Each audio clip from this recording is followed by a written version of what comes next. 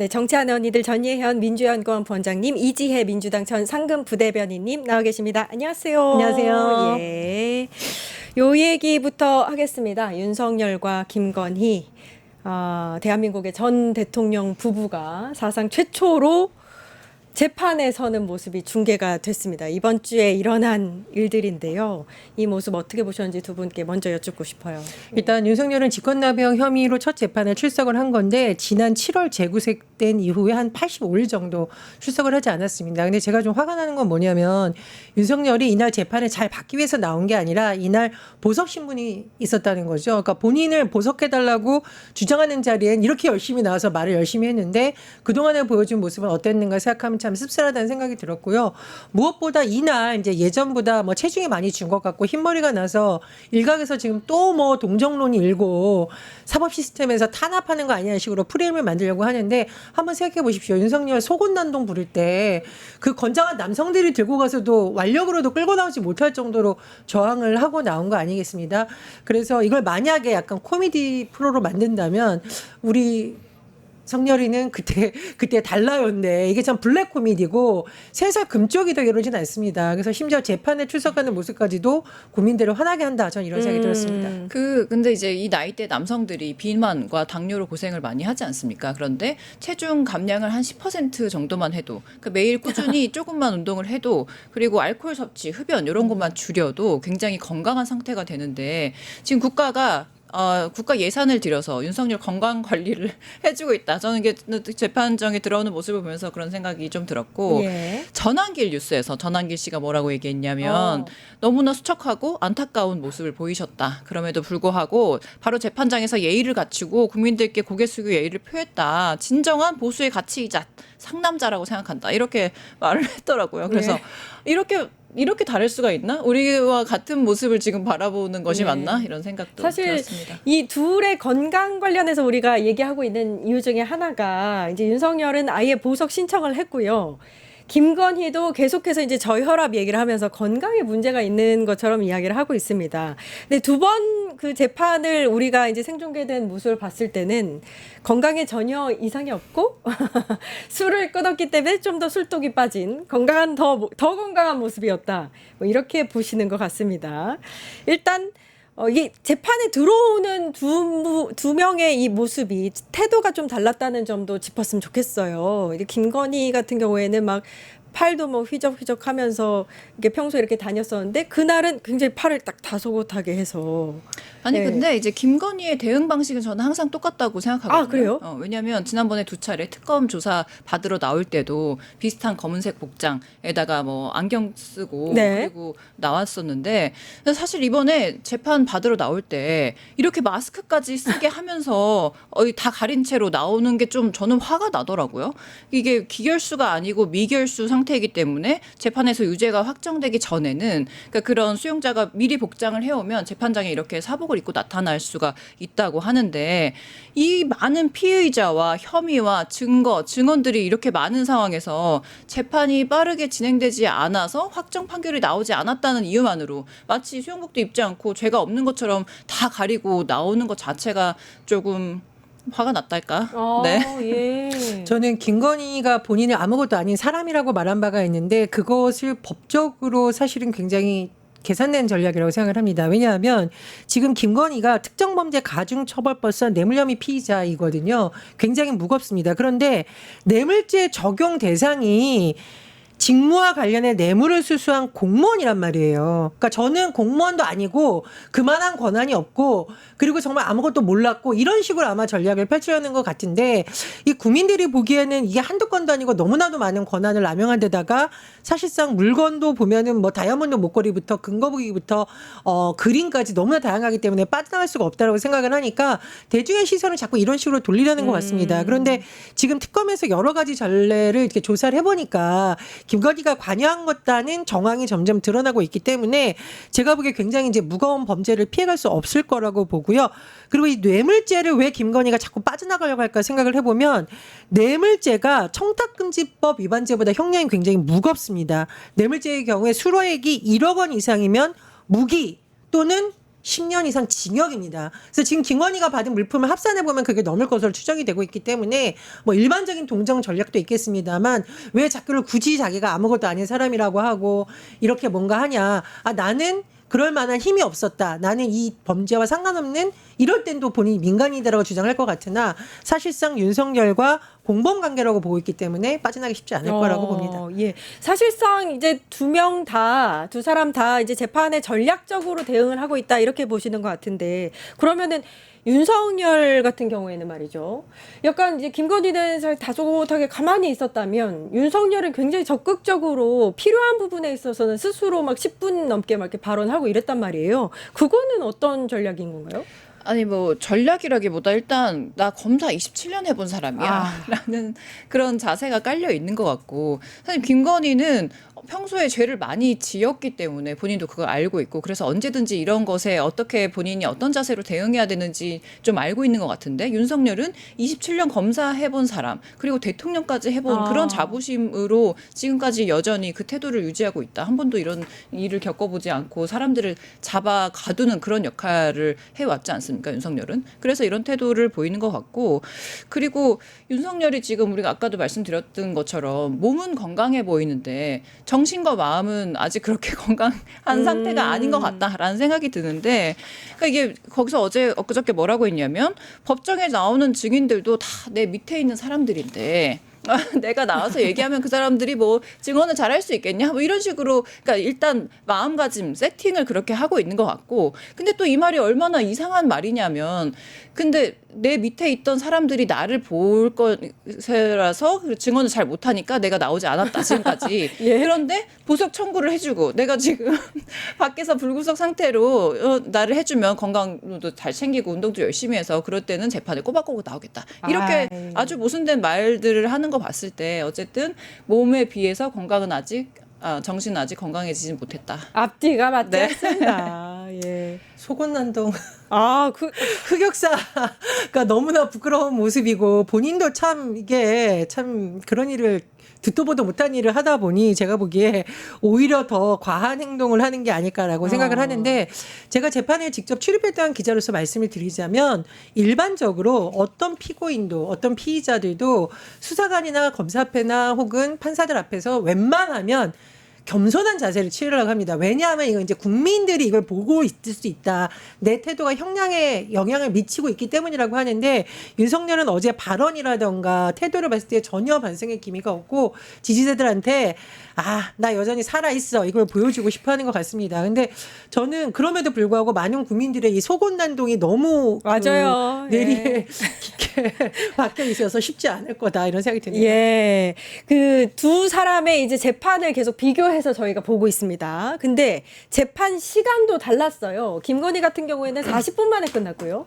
윤석열은 2시간 넘게 진행이 됐습니다. 이것도 어떤 의미가 있는 거라고 보시는지. 의미라기보다 그 이제 이런 것은 통상적으로 한 40분에서 1시간 정도면 끝난다 하더라고요. 원래는. 어허. 그런데 이제 윤석열의 경우에는 이번에 녹화를 하고 그것을 대중에게 공개하기로 결정을 했기 때문에 특검 쪽에서도 윤석열이 얼마나 지금 죄를 많이 지었고 이것을 혐의를 우리가 얼마나 입증할 수 있는지에 대해서 꼼꼼히 PPT를 준비해서 준비한 것을 다 읽는 그래서 그것이 대중들에게 전달되는 그런 것들을 준비했기 때문에 그것을 읽느라고 시간이 많이 걸렸고 그리고 또 윤석열 변호인단도 마찬가지로 왜 우리가 죄가 없는지 혐의가 없는지 이런 것들을 또 굉장히 자세히 설명을 하는 그런 과정을 거쳤기 때문에 시간이 많이 걸렸다고. 저는 근데 건강 이상설이 나오는 사람이 너무 예. 2시간 동안 우리도 2시간 멀쩡했어. 동안 말하고 그다음에 사탕 먹거든요. 피곤해서 너무 힘들어서 2시간 동안 이렇게 하고 보석 과정에서도 뭐 열변을 토한 걸로 지금 전해지고 있는데 이게 앞뒤가 전혀 맞지 않고요.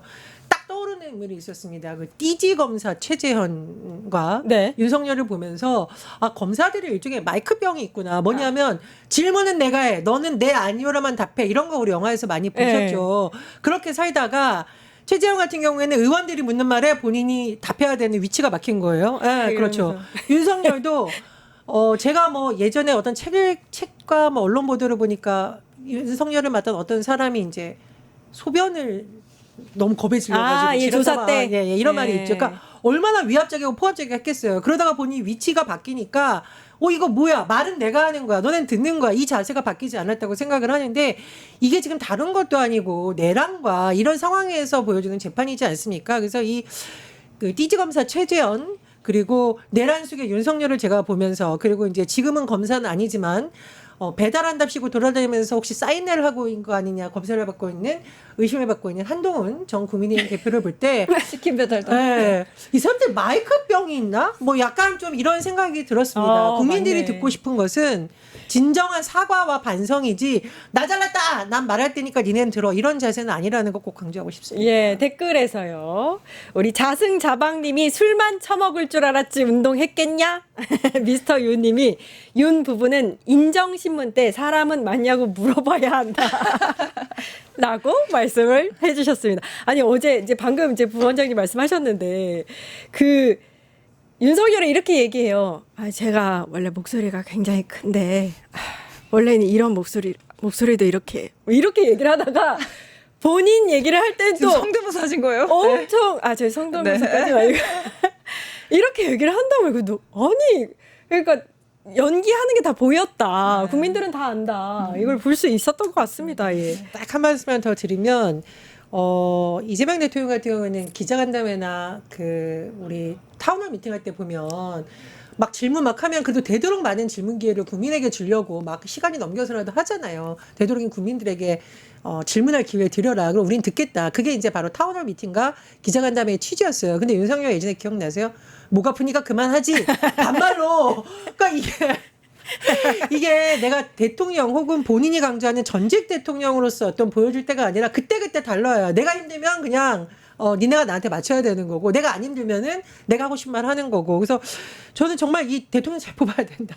이런 예. 생각 다시 한번 들었습니다. 요것도 여쭙고 싶었어요. 그러니까 이거는 둘의 공통점인데 둘 다 사실 모든 혐의를 부인하고 있고 근데 국민 참여 재판은 둘 다 이제 하지 않겠다고 했거든요.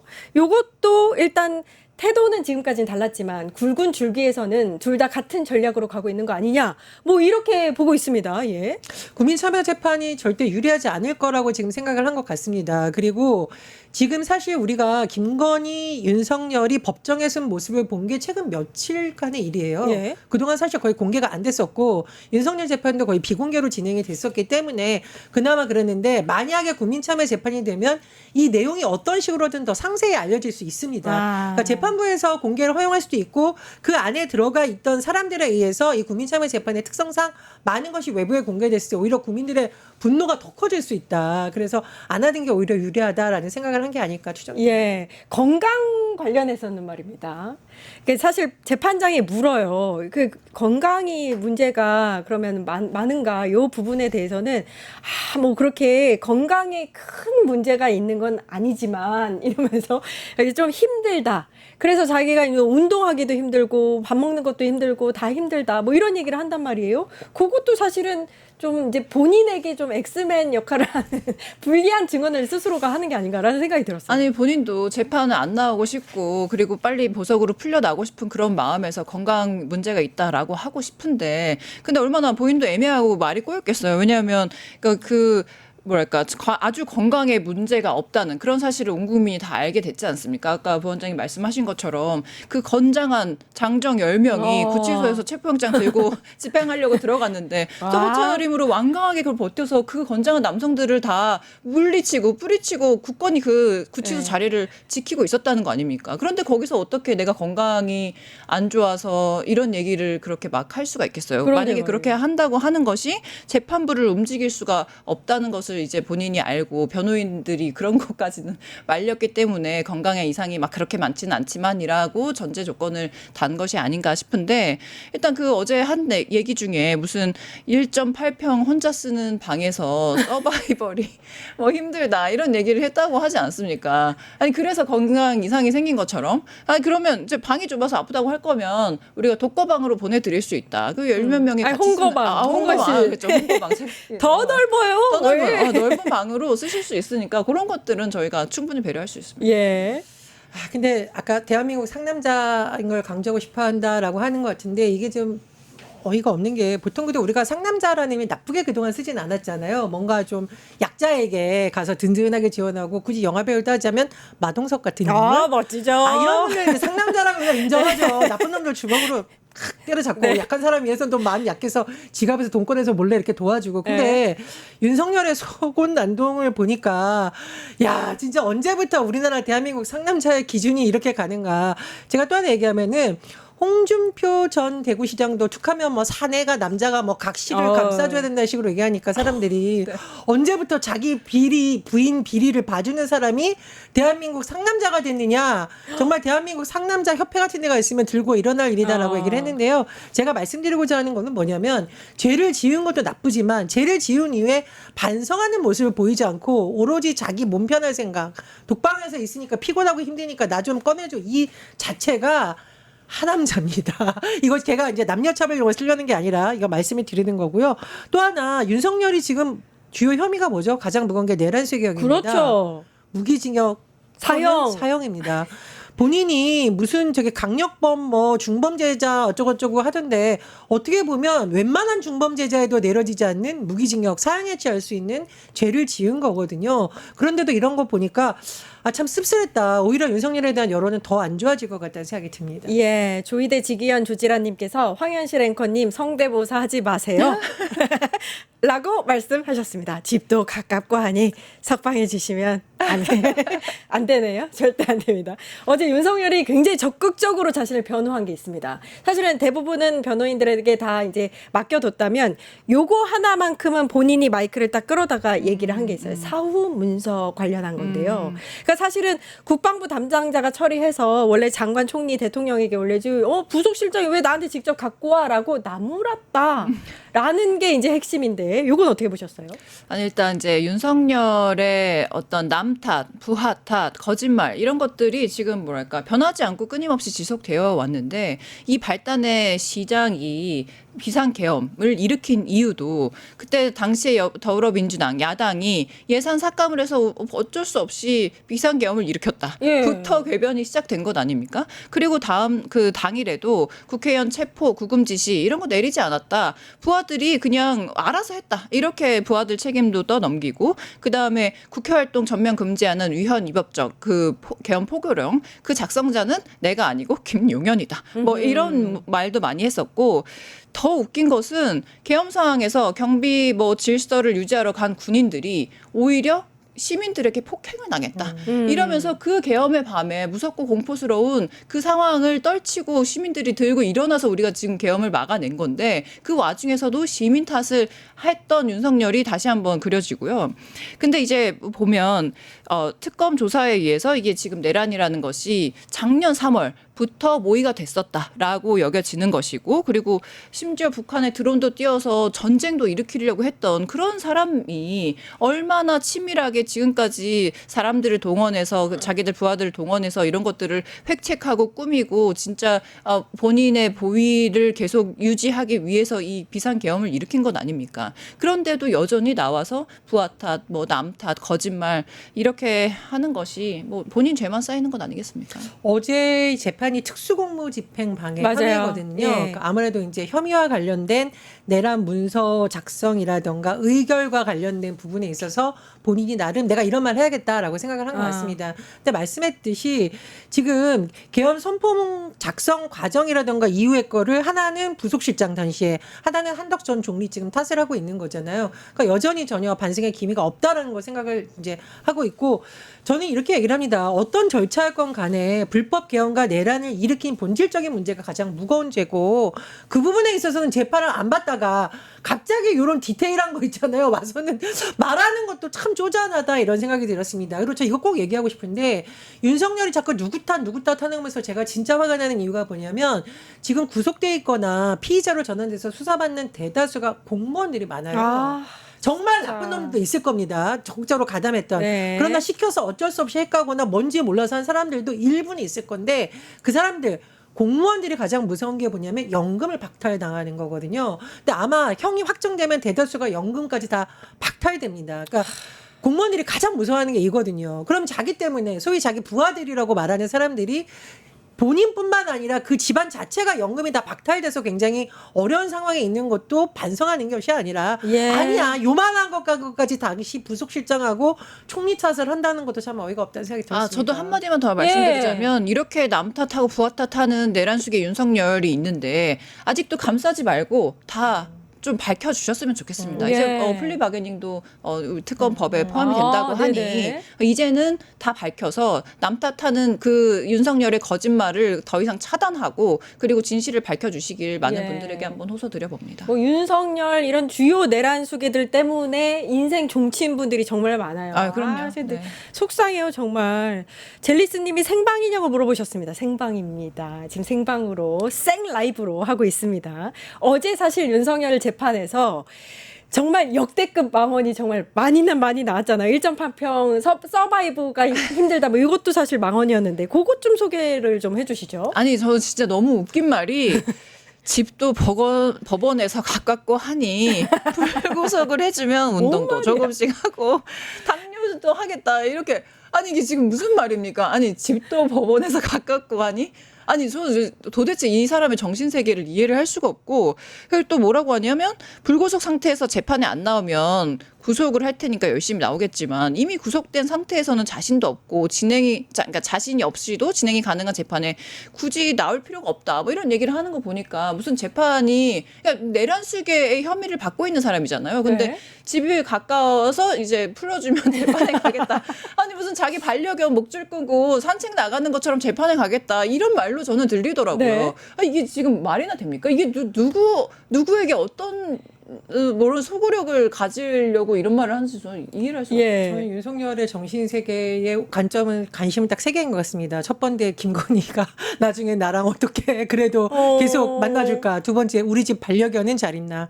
세 번째 나가면 어떻게 술 마실 수 있지 않을까 생각을 했는데 진짜 제가 화가 난 게 있습니다. 이번에 나 풀어주면 수사 협조해 줄게라고 말한 식도 화가 났지만 예전에 뉴스 보니까 왔던 사람 중에 누가 휴대전화를 몰래 가지고 들어와서 반려견 사진을 보여줬다. 강희구 부소실장. 그랬더니 그 반려견 사진을 보면서 이 애들이 내가 없으면 힘들어할까봐 걱정했는데 뭐 늠름하게 잘 있다는 식으로 말을 했다는 걸 제가 위축되진 않았지? 위축되지 저 진짜 경악을 했다. 왜냐 윤석열 내란으로 인해서 정말 그 제가 집회 나가서 보면 소상공인 줄 울었어요. 연말에 모든 게 다 취소돼가지고 이러다가 나라 망한다는 얘기 나왔었고 외국인들 다 관광 올려다가 취소됐었고 우리 증시 이런 편 정말 우리 증시 망하는 거 아니냐 별 얘기가 다 셧다운이었어요. 돌았습니다. 예. 그 많은 국민들이 트라우마 우리 경제가 지금까지도 그걸 회복하기 위해서 정말 발버둥을 치고 있는데 거기서 반려견 얘기를 합니까? 저는 이번에도 보면서 정말 이 변호사님 말씀하신 것처럼 우리 부대변인 말씀하신 것처럼 정신 세계가 좀 이해 불가다. 과거에 박근혜의 그 발언이 굉장히 왜 이렇게 분리 발언이다. 자아 분리 발언이다 했었는데 요즘 이런 생각이 들고 제가 보니까 재판부가 너무 힘들었을 것 같아요. 내가 판사가 돼서 이런 말을 듣고 있어야 한다니. 자괴감. 네, 그래서 제가 요즘에는 이 재판부에게 국가에서 어떻게 특수 수당을 지급해야 되는 거 아닌가 이런 생각도 들었습니다. 전정담님께서 패널 이름도 홍보해 주세요. 라고 말씀하셔서 전예현 민주연구원 부원장님, 이지혜 민주단 전 상금 부대변인님입니다, 여러분. 이지혜입니다. 네. 이지혜. 제가 뭐라고 했어요? 이지현이라고 했나요? 아니요. 아, 예. 이지혜입니다. 예. 자, 요렇게 지금 망언까지 정리를 했고요.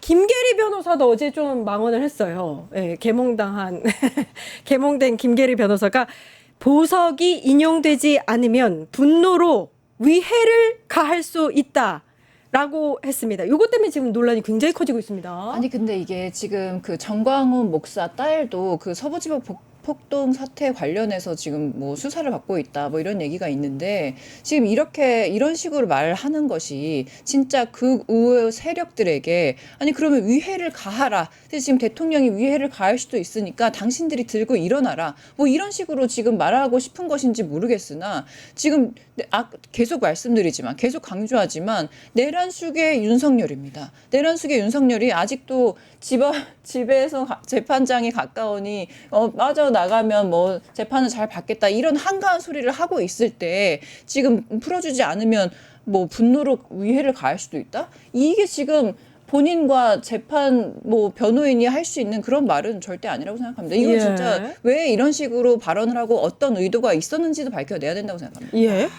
과거 우리 이제 박세리 선수가 이제 골프를 잘해서 골프하는 사람들이 쫙 늘어난 박세리 키즈라고 해서 그런 게 굉장히 긍정적 의미거든요.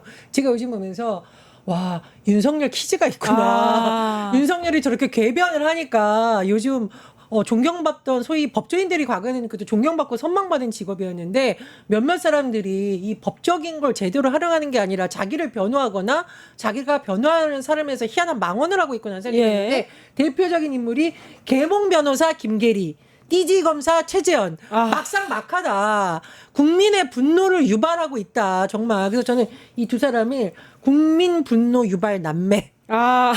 윤석열 키즈 사달 이렇게 부르고 싶네요. 네. 어제 공소 사실 전부 부인합니다라고 할 때는 약간 목소리가 약간 미세하게 떨렸다고는 하더라고요. 아, 그래요? 긴장했나요? 예. 약간 김계리는 좀 정치 쪽에도 관심이 있는 것 같아요. 아니 근데 다들 그렇게 얘기하잖아요. 지금 변호인단이 윤석열 변호에 힘을 쓰는 것이 아니고 본인의 정치적 입지를 위해서 이렇게 계속 노력을 하고 있다. 그렇지 않으면 변호를 이런 식으로 할 수는 없다. 아니 이제 김계리 변호사가 뭐 유튜브 개설해가지고 뭐 어쩌고 조금 뭐 인기가 네. 많으니 뭐 어쩌냐면 이제 일부가 또 이제 거기 극우 세력에 물려간 것 같은데 이게 이제 변호사가 굳이 자기 유튜브를 열어서 이렇게 한다라는 게 아. 저는 좀 뭐 어떤 생각이 이상하죠. 들었냐면 할 수는 있죠. 그런데 보통 변호사들이 뭡니까 인권을 그래도 향상시키고 약자를 보호하는데 이랬어야지. 나는 요즘 보면서 이거 하는 말이 얘 코인 장사하려고 그러나? 그냥 뭐 하려고 그러나? 이런 생각이 들어 참 씁쓸하다는 생각이 들었어요. 예, 어제 대한민국 대통령으로서 비상 상황에 비상 계엄을 선포한 것이라고 또 망언을 했습니다. 자, 김계리 여기까지 얘기를 하고 김건희 얘기도 조금만 더 해볼게요. 종묘 차담회 진실이 하나 둘씩 이제 밝혀지고 있는데요. 2023년 10월 공사 상황을 보고받겠다면서 종묘에 가서 직접 이배용 전 국가교육위원장과 차담을 했대요. 이배용 기억나죠? 금거무기 그렇죠. 줬던 그 위원장과 차담을 또 따로 했대요. 이 사람이 거의 무슨 대통령인 줄 알았나 봐요. 아니, 예. 그것도 그렇고 이제 뭐 금거북이도 그렇지만 저는 이제 김건희라는 사람이 일단 배움과 지식이 부족하고 그 자리에 앉아 있기에 그리고 허영과 욕망이 가득한 그런 사람인데 이런 국가 시스템 자체를 이해를 못하고 그러니까 본인 가족 그리고 사적 이익 이런 것들을 위해서 국가 공적 자원 이런 것들을 마음대로 해왔던 것이 아닌가 이렇게 그게 드러나고 있는 것이 아닌가 하는데 지금 요것뿐만이 아니고 몇 가지 지난 우리가 좀 잊고 있었던 지난 의혹들을 또 소개해드리자면 황제 관람 의혹 그때도 23년 10월이었는데 청와대 관저뜰에서 예. 뭐 부산 세계박람회 유치 기원 국악 공연 이런 것들을 극소수만 관람했다 이런 것들이 나중에 드러났는데 그때도 뭐 대통령실 문화체육비서관실 성임 행정관이 뭐 한 달 전부터 현장을 답사했다던가 아니면 사적으로 지인을 동원하고 경호처까지 동행한 그런 사건들이 나중에 불거져서 굉장히 논란이 됐었었죠. 그리고 해군정 선상 술파티도 기억나십니까? 예. 거기서도 진짜. 작살로 잡은 고기가 맛있다 이런 얘기를 듣자 우리 그 김성은 경호처 차장이 물고기를 잡아와가지고 가두리에 가둬서 작살로 던지고 그것을 작살로 잡은 것처럼 하는 그런 퍼포먼스를 선상에서 했다는 것이 또 요즘 드러나서 또 분노를 사지 않았습니까? 예. 그런 것도 마찬가지고 이 여러 가지 지금 김건희가 이렇게 사적으로 유용했다 이런 것들이 너무 많이 드러나는데 이것도 아니 모르겠어요. 저는 이제 김건희에 굉장히 많은 혐의들이 있는데 이건 정말 작아 보이잖아요. 근데 작아 보이지만 이런 것도 하나하나 빨리 좀 밝혀내서 진짜 김건희가 어디까지 국가 시스템을 망가뜨렸는지 이런 것들을 우리가 좀 철저히 파악할 필요가 있을 것도 같습니다. 아. 이 종묘잖아요. 예. 이 종묘라는 것이 굉장히 여러 가지 엄격한 규정 하에서만 개방을 할 수 있는 곳이고 그 제가 찾아보니까 당시에 이미 지난해 9월에 외부인들과 차담회 그 논란이 일었을 때 어디에서 굉장히 화가 나냐면은 의친왕 기념사업회 성명을 냈어요. 뭐라고 했냐면은 종묘를 사적 카페로 사용해서 선조를 능욕한 김건희 국민 앞에 사죄하라라고 했었거든요. 왜냐하면 심지어 왕들도 그 자리에서는 경건한 마음으로 함부로 하지 못했는데 본인이 먼데 가서 카페 이용하듯이 낄낄거리고 떠드냐는 식으로 굉장히 강하게 비판한 바 있습니다. 그래서 사적인 이용 자체도 굉장히 문제인데 도대체 이런 장소에서 차담회를 할 생각을 했다라는 것 자체가 경악스러운 일이고요. 또 하나 와 김건희랑 차 마시려면은 차 한 잔 값이 근거급이 정도는 돼야 되는구나. 이런 생각이 들었습니다. 그리고 과거에 김건희 어떤 일도 지금 논란이 있었냐면 생일 잔치할 때 뭐 경호처 직원이나 이런 뭐 사람들이 동원돼가지고 우리 풍선으로 인형 만든 거 아시죠? 풍선으로 김건희가 키우는 반려견 모양을 만드는 거 뭐 연습을 했다, 장기자랑을 했다 이런 네. 말까지 나오고 있거든요. 그래서 이게 공적인 인력 자산과 국가 유산에 대한 개념이 전혀 없는 정말 그런 행동에다 다시 한번 좀 지적을 하고 있습니다. 조금 전 들어온 속보가 있어서 좀 전해드리겠습니다. 27일 새벽에 인터넷 커뮤니티에 한강 테러 예고글이 올라와서 서울경찰청이 작성자를 추적 중이라고 밝혔습니다. 지금 이제 한강에서는 서울 세계 불꽃 축제가 열릴 예정이기 때문에 오늘만 한 100만 명 정도의 인파가 몰릴 것으로 예상되는데요. 이런 한강 가서 다 죽여버릴 것이라는 내용이 담긴 글을 올렸다고 해서 지금 경찰이 이제 이 글을 쓴 사람에 대해서 수색에 나섰다 이런 속보가 올라왔습니다. 관련해서 계속해서 좀 저희가 들어오는 속보들을 여기에서 전해드리도록 하겠습니다. 일단은 축제 안에는요 1,200여 명의 한화 주최 측 임직원 봉사단을 포함한 안전관리 요원이 3,700여 명이 있을 예정이고요. 물론 경찰과 안전요원들이 집중 배치되니까요. 뭐 큰 사고 없기를 바라는 마음입니다. 파파파파 증권봉합